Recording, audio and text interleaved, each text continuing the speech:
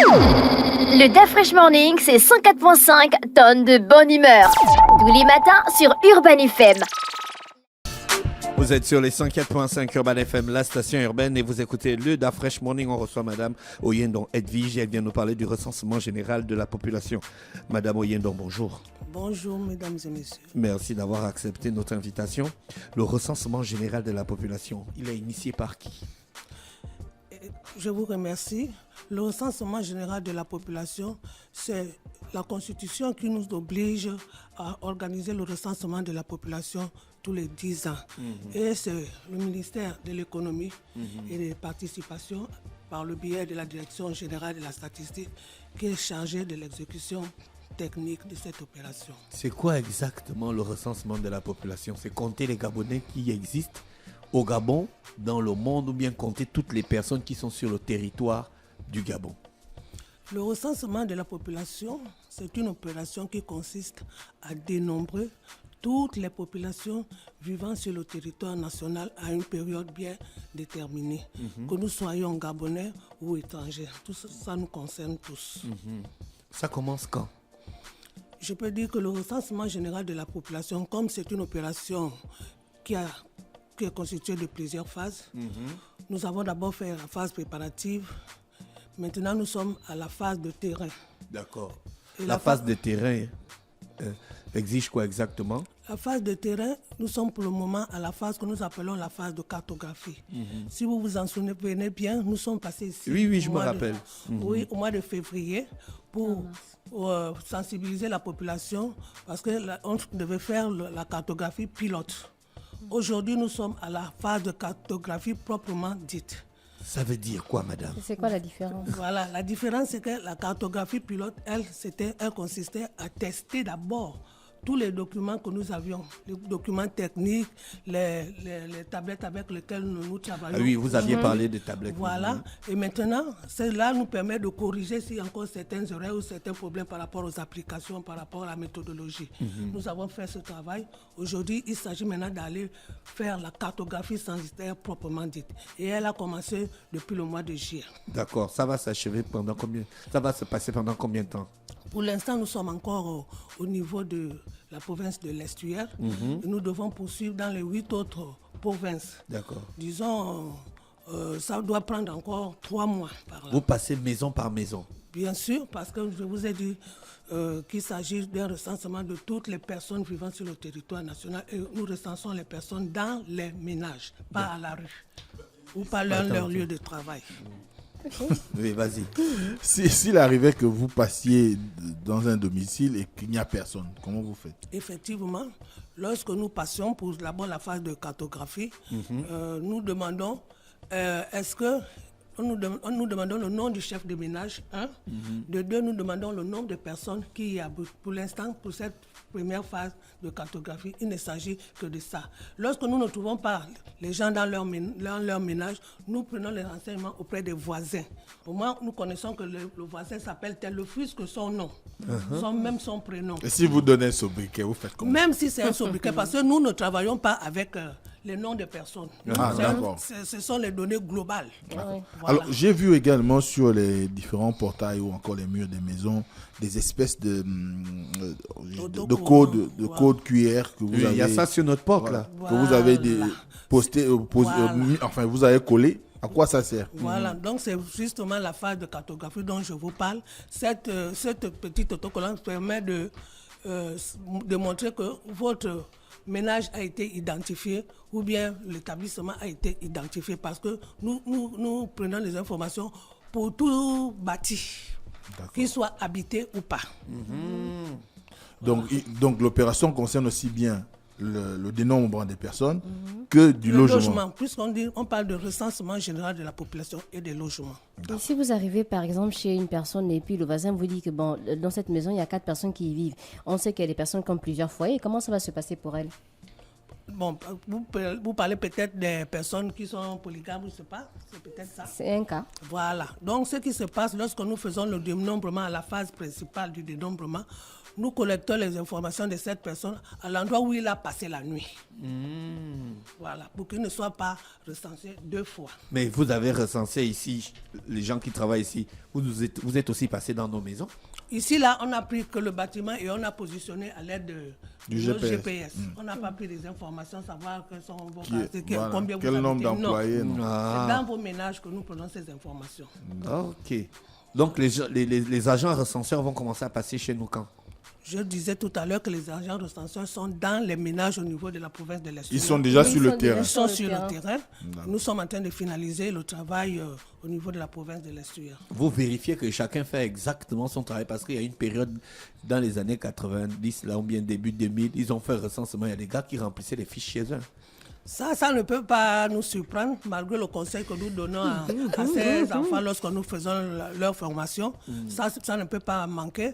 Tout de même, avec la tablette que nous disposons actuellement, nous avons la capacité de savoir que ce questionnaire a été rempli à la maison ou dans tout autre endroit. Parce qu'il y a le GPS. Si on dit qu'on t'a affecté dans tel îlot qui se trouve au quartier Plein Orechi, bon, tout de suite on sait que Tu es sur le terrain. tu es sur le terrain ou bien que tu n'as pas rempli ça sur le terrain. Ça donne, C'est grâce on à a ça. ta position, On a ta à position, l'instant où à tu l'instant remplis la même. fiche. Et même lorsqu'on essaie de regarder la cohérence des données, à un moment donné, tu vas te tromper et on saura que ça a été rempli à la maison ou partout ailleurs. Ça va prendre combien de temps? Bon, donc, on vient de... Parce que là, on n'est encore qu'à l'Est hier. Voilà. On doit Donc, faire les 8 autres provinces. Ça prendra environ 3 à 4 mois encore. D'accord, ok. Et à la fin de cette session, vous allez publier les résultats. Ou bien il y a une autre étape? Il y a une autre étape. C'est Pour laquelle? l'instant, c'est la cartographie. Donc, l'intérêt de faire la cartographie, c'est d'abord de découper le territoire national en petits morceaux, de façon à rendre équitable le travail des agents recenseurs. Pour qu'il n'y ait pas certains qui ont une grosse zone, alors que d'autres une petite zone. Donc, c'est juste pour rendre le travail équitable. Et ça nous permettra aussi de savoir le nombre d'agents recenseurs que nous allons recruter. Ah, d'accord. Voilà. Ok. Mais les résultats de ce recensement sont mis à la disposition des populations. Bien sûr, les résultats, puisque lorsque nous faisons un recensement, ça a un objectif, chaque ministère vient donner d'abord ses besoins, nous travaillons avec eux pour l'élaboration des questionnaires et par la suite nous remettons à chaque secteur ces résultats. Et nous diffusons par la suite tous ces résultats-là, donc c'est à la disposition de tout le monde. C'est une question qui revient souvent lorsqu'on fait la question, en fait, quand on parle du recensement général de la population, à quoi ça sert? Le recensement général de la population, le premier intérêt du recensement, c'est d'abord d'avoir une idée sur l'effectif total de la population. C'est d'abord le premier intérêt. Hormis cela, le recensement de la population à partir des résultats ou bien à partir des informations que nous récoltons et que nous transformons en statistiques socio-démographiques et culturelles et autres, avec ça, ça permet d'orienter les pouvoirs publics dans la prise de décisions en ce qui concerne le développement, les investissements, s'il faut construire Les écoles, les hôpitaux, dispensaires, voilà. Par exemple, faire les routes. Bien sûr, comme ça on saura que dans telle localité, il y a une population qui a augmenté par rapport au dernier recensement. Donc il faut construire peut-être une nouvelle école ou bien un nouvel hôpital. Donc on doit comprendre qu'il s'agit là d'un outil de gouvernement ou de gouvernance. Voilà. Donc ça veut dire que ça peut être manipulé par la mauvaise foi des gouvernants? Nous, notre activité s'arrête Au dénombrement. Au dénombrement, c'est-à-dire fournir les résultats. Après l'usage, Le reste, ça ne nous regarde. De notre ressort. Vous collectez quelle Oui, information? mais d'affaire, parce que la question que tu poses est essentielle, parce qu'on se rappellera qu'il y a eu un moment où le gouvernement avait publié, je crois, le recensement de 2003 qui avait été publié, et la Cour constitutionnelle, ça veut dire que le gouvernement avait un chiffre, et la Cour constitutionnelle avait son chiffre. Donc à ce moment-là, il n'y a pas eu validation. Jusqu'aujourd'hui, on a du mal à utiliser. Non, 2013, on a du mal à réellement utiliser ces données-là lorsqu'il s'agit de parler de la population. Vous collectez quelles questions que vous nous posez quand vous arrivez chez nous? Par exemple, nous parlons concernant les caractéristiques individuelles. On vous demande, par exemple, quel âge, quelle activité vous menez, est-ce que vous avez la CNAM GS, est-ce que pour les populations vulnérables, est-ce que vous êtes handicapé, et si vous êtes handicapé, il s'agit de quel handicap que vous avez, est-ce que vous travaillez, en tout cas. Et puis, concernant le logement, on veut évaluer un peu les conditions de logement des Gabonais. En même temps, vous demandez les prix du loyer, tout ce qui tourne Bien autour sûr, de... bien sûr. D'accord. Ok. Tout ce qui tourne autour. Ce qui permettra de savoir s'il faudrait construire des maisons pour les Gabonais. On saura que dans telle zone, il y a tant de Gabonais qui ont besoin de logement.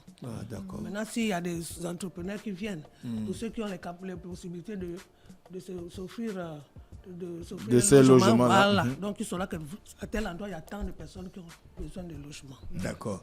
Je voulais poser une autre question. Donc, vous avez plusieurs agents sur le terrain parce qu'il y a des zones où on se dit peut-être qu'il y a des populations qui restent, d'autres non. Par exemple, le Cap. Non, nous avons, ça se fait de façon simultanée. Donc, que les gens ne se disent pas que non, on ne les a pas vus. Donc, on leur donne des îlots. Peut-être, toi, tu verras qu'il y a des agents qui sont en train de travailler de côté de tel îlot.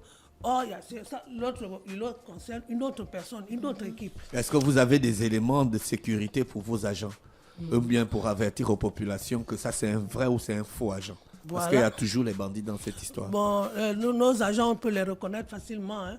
On peut les reconnaître à travers leur habillement. Ils ont les casquettes, les t-shirts avec le nom RGPL. Hein. Et ils ont les ordres de mission. D'accord. Ils ont des ordres de mission et une carte. Donc, quand ils se présentent, qu'est-ce qu'ils nous disent? Bonjour, nous sommes des agents recenseurs. Et nous, on vérifie la carte. Bien sûr. Si vous leur demandez que vous voulez vérifier l'ordre de mission, ils vont vous le présenter. Est-ce que vous allez initier une campagne de communication pour préparer les populations à recevoir les agents recenseurs? Je peux dire que, par exemple, la province de l'Insuire, nous l'avions déjà fait. Nous sommes passés, même à travers les médias, pour communiquer que le recensement a bel et bien commencé. Et même si c'est la première fois. Et même sur le terrain, nous avons mené des animations dans des sites stratégiques pour pouvoir sensibiliser la population et les auxiliaires de commandement, et au cours desquels on leur distribuait des t-shirts, des gadgets, quoi. Est-ce qu'il est possible pour un individu qui peut se retrouver à un moment hors de chez lui et qui au retour se rend compte que, bon, peut-être il n'a pas été pris en compte, est-ce qu'il peut se signaler de lui-même? La question est bien posée. Au niveau du bureau central de recensement, nous avons mis en place un numéro vert. Tout de suite là, on vient de m'appeler, donc il y a ce numéro. Dans le petit étiquette que nous laissons à la porte, il y a ce numéro, donc ils appellent. D'abord pour prendre l'information, savoir de quoi il s'agit. Et pour ceux qui pensent qu'ils n'ont pas été recensés parce qu'ils n'étaient pas là, parce que nous prenons le nom chez le voisin. Donc, ils nous appellent pour dire, j'ai trouvé un numéro à la porte, il s'agit de quoi? Donc, nous leur donnons des explications. Et comme ça, ils comprennent. D'accord. Est-ce que ce numéro vert est gratuit?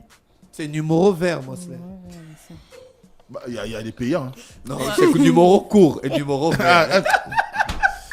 Donc, c'est un peu Oui, ça. numéro court et numéro... Oui. Madame Oyendo. Mais il faut toujours poser parce qu'il y a des gens, dès qu'ils voient un numéro, pour eux, c'est payant. Quand c'est vert, c'est déjà gratuit. D'accord. D'accord, ok. Madame Oyendo. Il faut toujours poser la question. D'accord. On a fait le tour de la question. D'autres informations à ajouter? Oui, ce que je voudrais demander à la population gabonaise, c'est de se faire recenser. Parce que vraiment, cette fois-ci, il ne faudrait pas qu'ils perdent cette occasion-là. Parce que, comme je vous le disais, il y a des questions qui sont importantes. Au jour d'aujourd'hui, nous avons lancé au niveau de la Direction générale de la statistique un recensement des Gabonais économiquement faibles. Il y a eu des gens qui n'ont pas pu se faire recenser, enrôler. Donc, l'occasion est là avec le recensement de la population qui aborde aussi ces questions. Donc, ces personnes-là vont être récupérées lors du recensement général de la population. Donc, ils accueillent très bien les populations et qu'ils adhèrent pour qu'ils soient enregistrés dans nos fichiers. Parce que par la suite, chaque ministère sectoriel viendra prendre son fichier pour mener des actions. D'accord. Voilà. Merci. On vous remercie d'avoir accepté notre invitation. Vous souhaitez passer une bonne journée à l'écoute des programmes d'Urban FM. Merci. Le DaFresh Morning, c'est 104.5 tonnes de bonne humeur. Tous les matins sur Urban FM.